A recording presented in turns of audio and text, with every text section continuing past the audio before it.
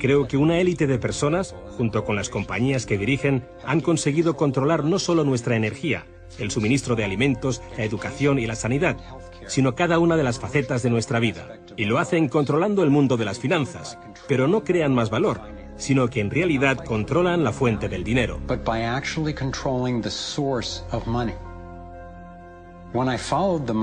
Cuando seguía el dinero, vi que me arrastraba a la cima de una pirámide. Aquí estamos en la base de la pirámide con nuestro día a día. Por encima de nosotros está el gobierno, personas a las que se les ha otorgado un monopolio de poder y lo usan para imponernos impuestos y controlarnos, estemos de acuerdo o no. Pero ¿quiénes los controlan a ellos? En el siguiente nivel nos encontramos a las compañías. Muchas personas opinan que hoy en día son ellas las que gobiernan el mundo, y no los estados nacionales, y lo denominan corporatocracia. Para conseguir los recursos mundiales y controlar los mercados, esta corporatocracia debe tener acceso a dinero barato. Las grandes corporaciones obtienen sus préstamos a un interés especial de los grandes bancos, lo que significa que aquellos que controlan los grandes bancos, la élite adinerada, son los que en realidad controlan las corporaciones. Mientras seguía el dinero me di cuenta de que casi todas las ideas que tenía acerca del capital no son ciertas. Es curioso el hecho de que nos planteamos muy pocas preguntas sobre cosas cotidianas, como por ejemplo, cuando vamos a un banco y pedimos un préstamo de, digamos, $50.000 o 50.000 libras. ¿Qué pasa en realidad? Veamos. Muchas personas viven la vida basándose en unas ideas que se alejan mucho de la realidad. Lo que en realidad pasa es que si pides 50.000 libras, escriben que en tu cuenta hay 50.000 libras. Eso es todo lo que hacen.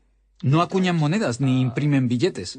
No recurren a ningún metal precioso. Simplemente escriben en una pantalla de ordenador que tu cuenta tiene 50.000 libras. Desde ese momento empiezas a pagar intereses sobre una cantidad de dinero que nunca ha existido, que no existe y que no existirá.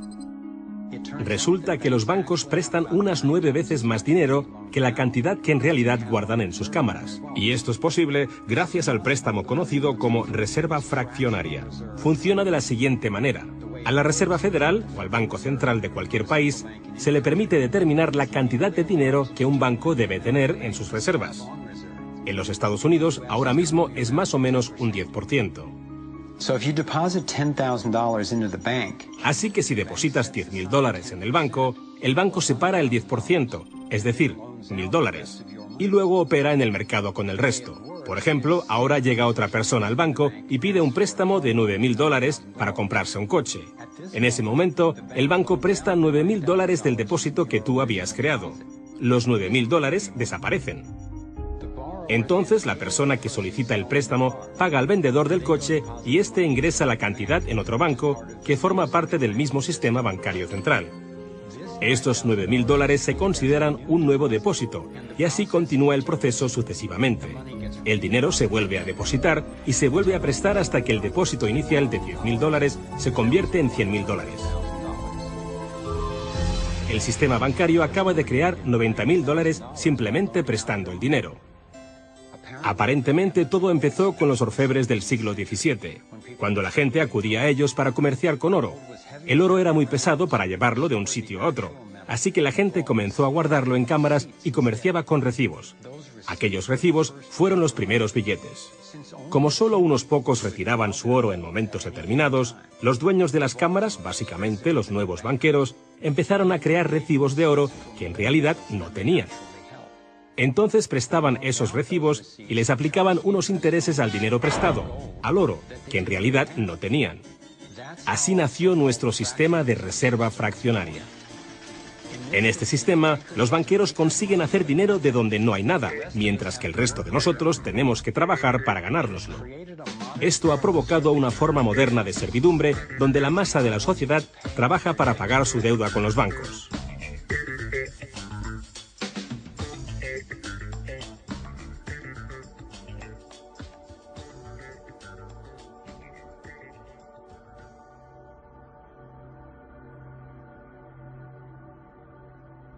Bajo este esquema de reserva fraccionaria, inevitablemente nos hemos convertido en esclavos de la deuda de una élite financiera que nos gobierna.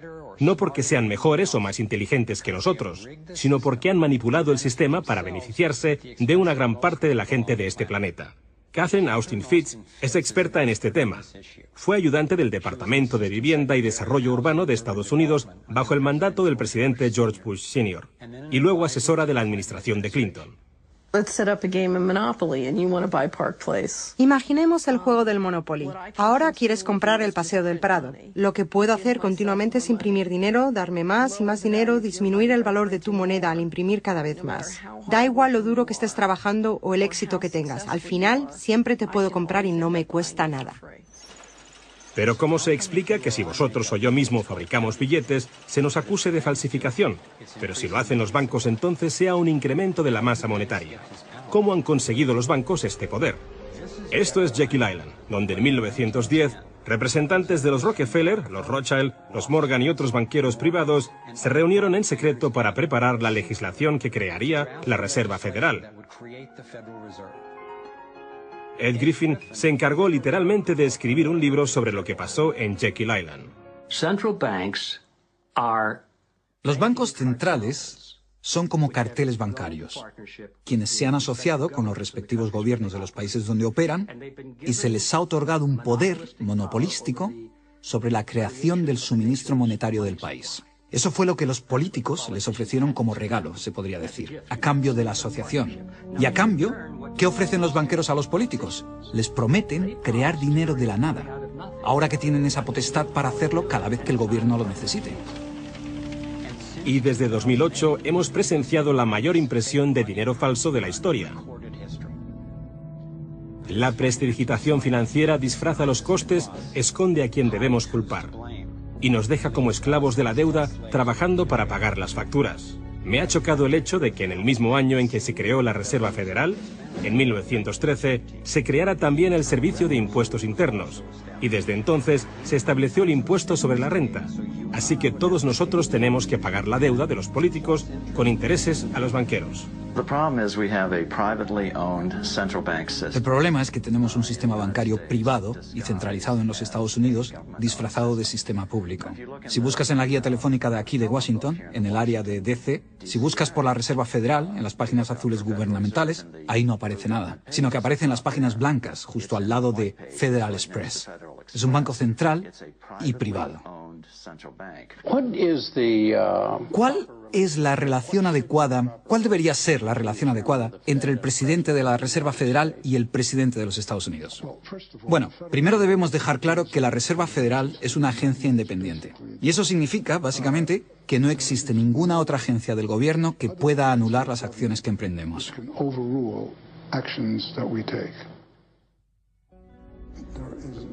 Que no existe ninguna otra agencia del gobierno que pueda anular las acciones que emprendemos.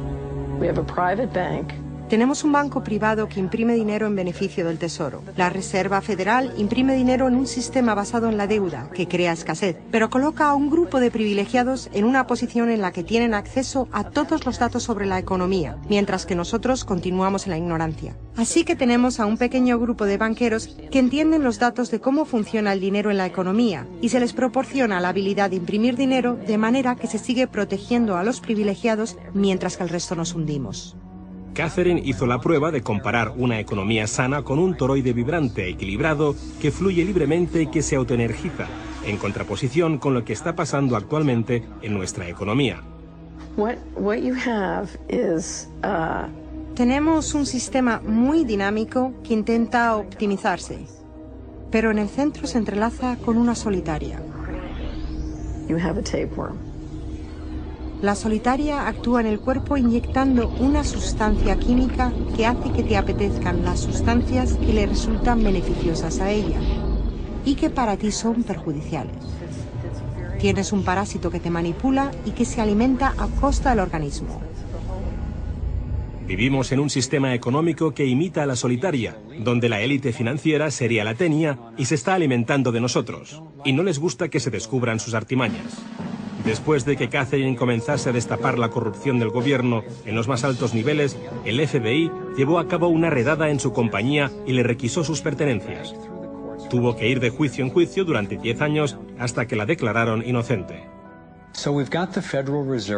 Así que tenemos a la Reserva Federal, una corporación privada con el monopolio de crear dinero, pero sin tener que rendir cuentas y que además está apoyada por el gobierno con el monopolio de la fuerza. Han engañado al país haciéndole creer que la Reserva es una institución que ayuda a estabilizar la economía y que no depende de la política.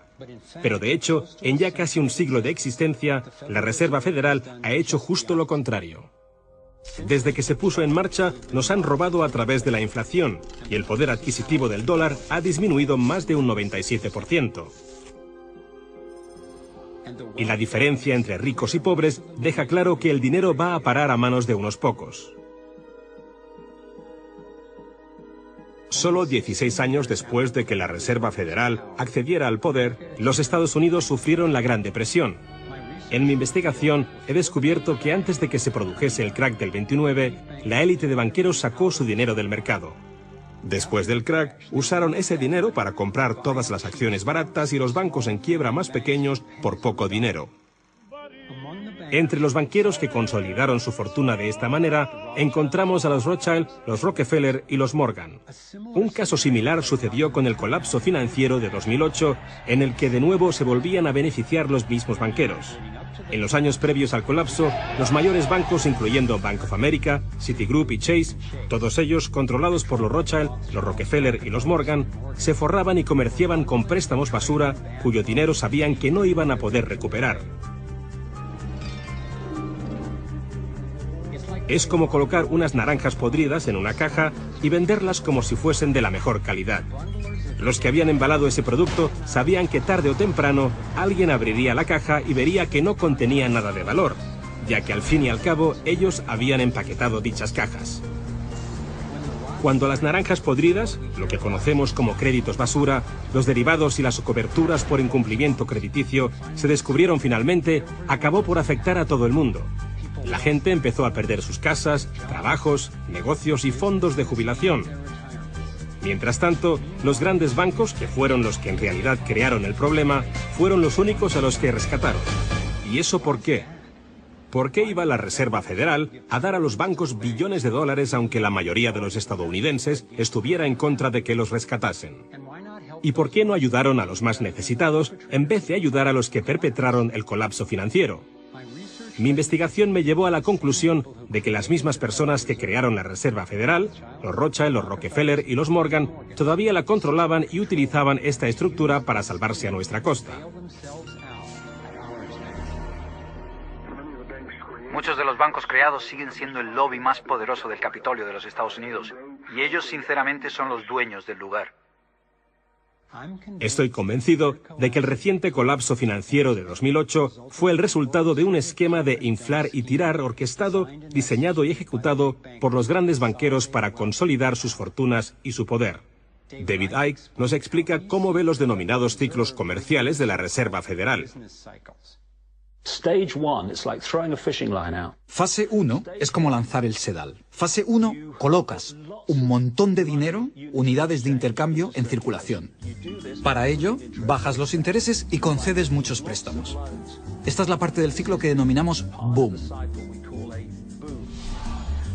Como hay muchas unidades de intercambio en circulación, hay un montón de dinero que cambia de manos, que genera una gran actividad económica. Eso genera empleo y como se gasta más y más dinero, aumenta la demanda. Así que las compañías solicitan más créditos de dinero recién salido del horno para aumentar su producción. La gente coge confianza a su rutina. Pues resulta que trabajo para tal compañía y tienen muchos pedidos. Funciona de maravilla, tengo trabajo asegurado. ¿Y sabes qué? Estoy pensando en comprar una casa más grande. Luego empiezan a cambiar. Lo que hacen es tirar del sedal. Suben los tipos de interés. Ahora, cada vez hay menos personas que consiguen los créditos porque las condiciones de concesión se han endurecido. Y también, al aumentar los tipos de interés, una gran parte del salario de las personas se destina a pagar esa subida de los intereses y no al consumo. De repente, ya no hay tanto dinero en circulación y por tanto se compran menos cosas. Los beneficios de las compañías empiezan a disminuir, empiezan a reducir los puestos de trabajo y algunas comienzan a cerrar. La gente pierde sus trabajos. Ya no pueden pagar las hipotecas de esas grandes casas que se habían comprado cuando todo iba bien. Ahora los bancos empiezan a recoger el sedal, porque mientras la gente se declara en bancarrota, tanto las compañías como las personas, los bancos se quedan con las fortunas que sí que son de verdad. Con las propiedades, las tierras, los recursos que habían puesto como aval para que simplemente les prestasen unas cifras que solo aparecían en la pantalla del ordenador. Y llevamos siglos con este ciclo económico de tirar el sedal y recoger, de inyectar una gran cantidad de dinero en circulación, de hacerlos picar. Y lo que se ha hecho en realidad es robar. Y se ha propiciado que se acumule la verdadera riqueza del mundo en manos de unos pocos.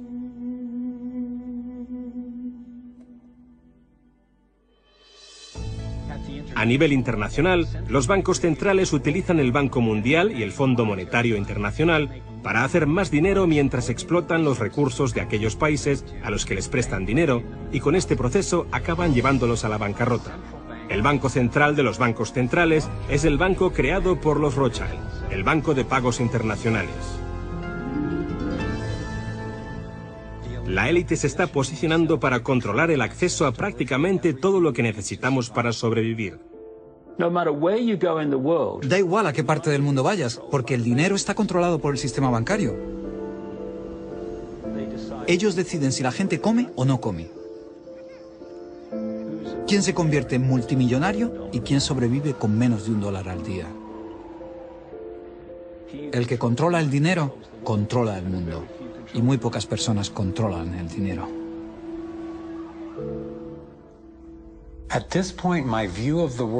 Llegados a este punto, mi concepción del mundo dio un vuelco. Empecé a enfrentarme al hecho de que el fracaso y el sufrimiento de muchos es en realidad el éxito y realización de unos pocos, la élite de los banqueros que ha engañado al mundo y a los que se les ha permitido crear dinero. Todos ellos ya son dueños de vastas fortunas. Entonces, ¿cuál es su finalidad? ¿Cuáles son sus objetivos?